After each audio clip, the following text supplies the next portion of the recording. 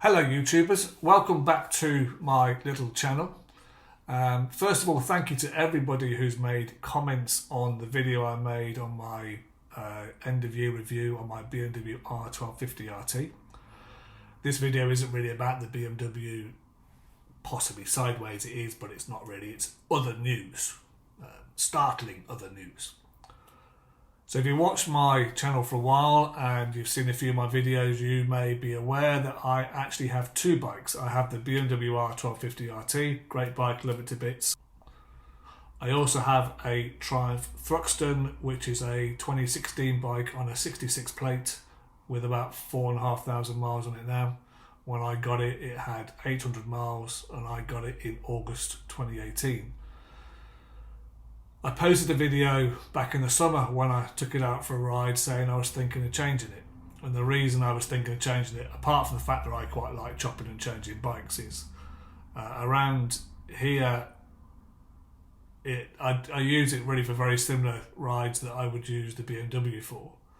And what I sort of was looking at doing is getting a bike that would go down some of the narrower tracks, going up sides of mountains, places. Sometimes I just want to go off somewhere which is a bit rougher.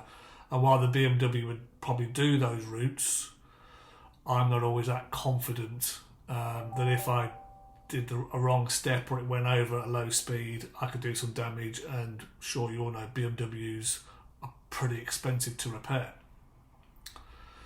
And I found really I don't take the Triumph out that much, certainly not as much as I did when I lived down in Surrey, when that would be my main go-to bike.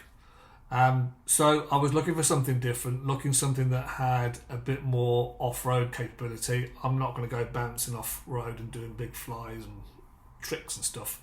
It's really just for me to be able to go down some tracks a bit more rutted. And a bike, if it goes over, isn't going to make me cry too much. So long story short, I got down to two bikes, one being the Yamaha Tenere. I'm not sure that's the right way of saying, 700. I can get one of those for around about £8,000, still quite a lot of money. And then just a comment that someone made to me was to look at the Royal Enfield Himalayan. And so I went to have a look at one, liked the look of the bike, think it would do what I want, and at £4,500 brand new, everything included, I thought it was a bargain. And trading my Triumph in, I've got £800 back. So I take delivery of the Himalayan on the 1st of March, and so it will be on a 22 plate. And I booked the day off work, because that's kind of what I like to do if you're going to pick up a new bike. And I'm going to take it up round, probably up round Applecross, doing a little bit around the NC 500. Aim to get about 200 miles on that particular day. The first service is due at 300 miles, so within a couple of weeks I want to crack that off, get that done, then that's it out the way.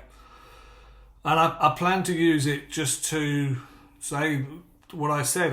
There's places where I would want a bike that if it goes over isn't going to make me cry, has slight more, maybe a back laning capability, so I can do a bit of that. Has a bit of luggage carrying capacity, just because of the fact I like to carry coffee with me and a sandwich and stuff, or maybe I buy souvenirs and stuff on the way. And it met the brief without too much money. The other thing that I found quite interesting is it has a little sat-nav, which is supposedly developed with Google and uses Google Maps. So you tether your phone to the bike and it gives you some directions. And I thought actually this would be quite a nice little contrast when you take the price of the Himalayan at £4,500 brand new compared to the price of the BMW at around £18,000 brand new. That's what I paid for it. So you've got a bike that's nearly a quarter of the value. Maybe not quite a quarter, but it's getting towards that. One very high tech, one very low tech, and I'm curious what the difference will be. Will I get anywhere near the ups and downs of the Himalayan that I will get with the BMW?